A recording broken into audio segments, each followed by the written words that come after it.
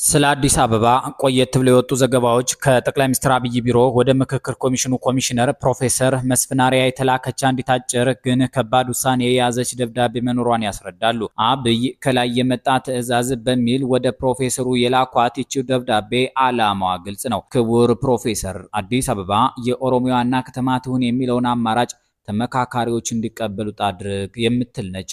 ከዚህ መልእክት በኋላ ከመላ ኢትዮጵያ ተሰብስበው በአገራቸው ጉዳይ የሚወያዩ ተወካዮች ክፉኛ እንደተሸበሩ መረጃዎች ወጥተዋል። የውይይት መድረኩ ወደ ዘለፋና ስድድብ ከማምራቱም በላይ አንድ ተወካይ በጣም በመበሳጨታቸው የስኳር መጠናቸው ከፍ ብሎ ወደ ሆስፒታል መወሰዳቸው ተሰምቷል። የአማራ ብሔርተኝነት አቀንቃኝ አመራሮቹን ለቅሞ አባሮ ብልጽግና ቁጥር 2 ሆኗል ሲባል የከረመው የአማራ ብሔራዊ ንቅናቄ አብንም በአዲስ አበባ ጉዳይስ ማንንም አልሰማም ብሏል። ከተማዋን ለአንድ ወገን ልናስረክብ አልተወከልንም በማለት ጫና የሚቀጥል ከሆነ ከምክክር ወጣለው ሲል ተቆጥቷል። ፕሮፌሰር ብርሃኑ ነጋ ቦንገር የመሰረቱት ኢዜማም እናት ፓርቲም የአብንን ፈለግ እንደሚከተሉ ግልጽ አድርጓል። አዲስ አበባ ተደጋግሞ የኢትዮጵያ የአብሮነት የአንድነትና የሉዓላዊነት መገለጫ ናት ተብሏል። ይቺ ከተማ በአንድ የብሔር ጥበቃ ውስጥ ከወደቀች ኢትዮጵያ አትቀጥልም የሚሉ ድምጾችን ብዙ ናቸው።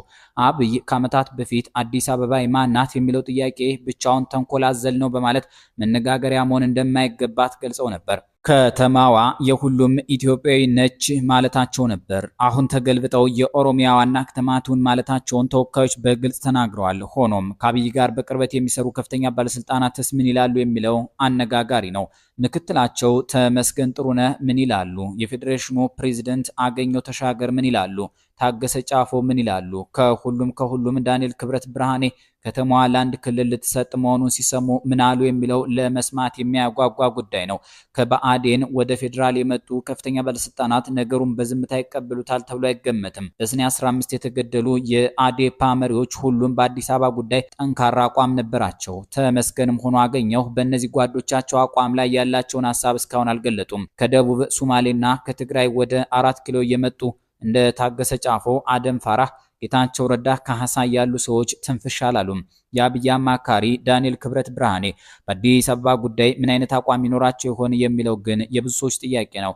እሳቸው ስለ ኢትዮጵያ ታሪክና አንድነት ብዙ በመናገር ይታወቃሉና ዳንኤል በአዲስ አበባ ጉዳይ የሚደራደሩ ሰው አይደሉም የሚሉ ጠንካራ ሙግቶች አሉ። ከዓመት በፊት የጻፉት የትርክት ዕዳና በረከት መጽሐፍ ለዚህ ሙግት ማስረጃው ነው ይቀርብላቸዋል። የዚህ መጽሐፋቸው ጭብጥ ህብረ ብሔራዊ ወንድማማችነት ያለባት ኢትዮጵያን መገንባት በመሆኑ መዲናዋን ለአንድ ክልል መስጠት ማለት ከዚያ በኋላ አገሪቷን ማፍረስ ከባድ እንዳልሆነ ይገባቸዋል ተብሎ ይታመናል። በአንጻሩ ከተማዋ የፌዴራል መንግስቱ መቀመጫ በተጨማሪም የኦሮሚያ ክልል ዋና ከተማ ብትሆን ላይቃወሙ ይችላሉ የሚሏቸውም አሉ። ዲያቆን ዳንኤል ክብረት ከአብይና ከቀድሞ ድርጅታቸው ኦህዴድ ጋር መልካም ወዳጅነት ላይ በመሆናቸው አዲስ አበባን የኦሮሚያ ለማድረግ ለሚደረገው ትግል ተባባሪ ሊሆኑ እንደሚችሉ ነው የሚገምቱ።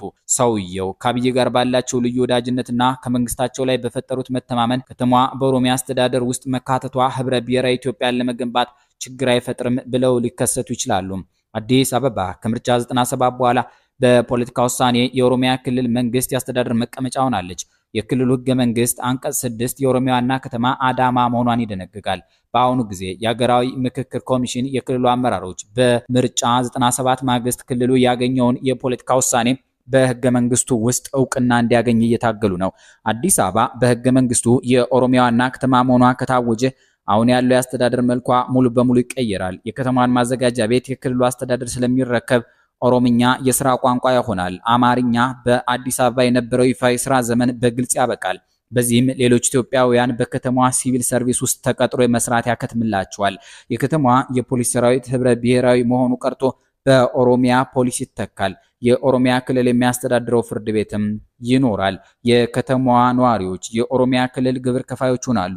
መሬቷ ወደ ክልሉ መሬት ባንክ ይገባል። የበጀትና የአስተዳደር ስራዎች በጠቅላላው በክልሉ መንግስት ውስጥ ይጠረነፋሉ። ስለሆነም ከተማዋን የሚመለከት ማንኛውም የኢንቨስትመንት የፖለቲካና የጸጥታ ህጎች የሚወጡት በክልሉ መንግስት ይሆናል። አዲስ አበባ በተጨማሪም የፌዴራል መንግስቱ መቀመጫ ስለምትሆን ሌሎች ኢትዮጵያውያን ያላቸው ዋነኛው ዕድል በውስጧ ባሉ የፌዴራል መንግስቱ ተቋማት ውስጥ ተቀጥሮ መስራት ነው። አዲስ አበባ የኢትዮጵያ ዋና ከተማ፣ የአፍሪካ ህብረት መዲና እንዲሁም የላቀ የፖለቲካ የኢኮኖሚና የባህል ማዕከል ናት።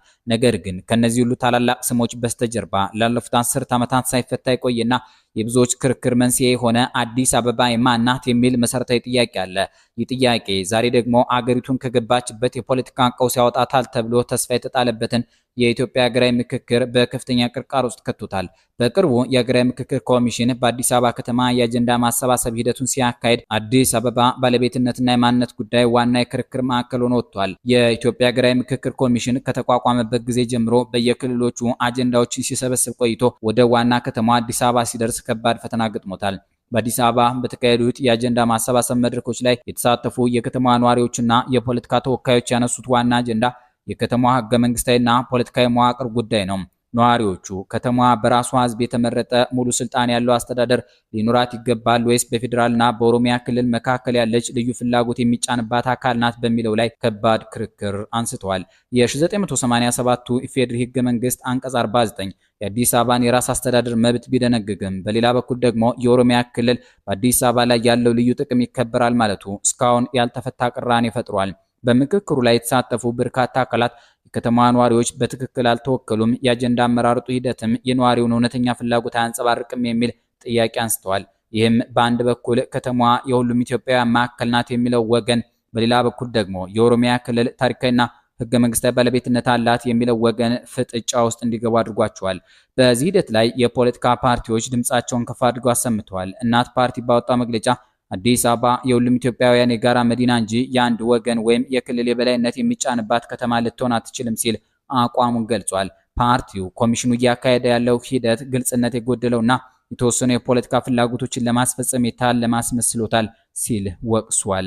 የከተማ ነዋሪ በገዛ ከተማው ላይ የመወሰን መብቱ ተነፍጎ በሄጅሞኒክ ፖለቲካ ስር እንዲወድቅ እየተደረገ ነው ያለው እናት ፓርቲ የምክክር ሂደቱ ገለልተኛ ያልሆኑ አካላት የተቆጣጠሩት በመሆኑ እውነተኛ የነዋሪዎች አጀንዳ ሳይሆን የተዘጋጁ የፖለቲካ ፍላጎቶች እየተጫኑ ነው የሚል ስጋቱን ገልጿል። በሌላ በኩል የአማራ ብሔራዊ ንቅናቄ አብን ያወጣው መግለጫ የአዲስ አበባን ጉዳይ ከሰፊው የኢትዮጵያ የታሪክና የማንነት ውዝግብ ጋር ያያይዘዋል። አብን በመግለጫው አዲስ አበባ የታሪካዊ የህዝብ አሰፋፈርና የኢኮኖሚያዊ እውነታዎች ውጤት እንጂ በአንድ ብሔር ድንበር ውስጥ ብቻ ተከርችማ የምትቀር ከተማ አይደለችም ሲል ይከራከራል።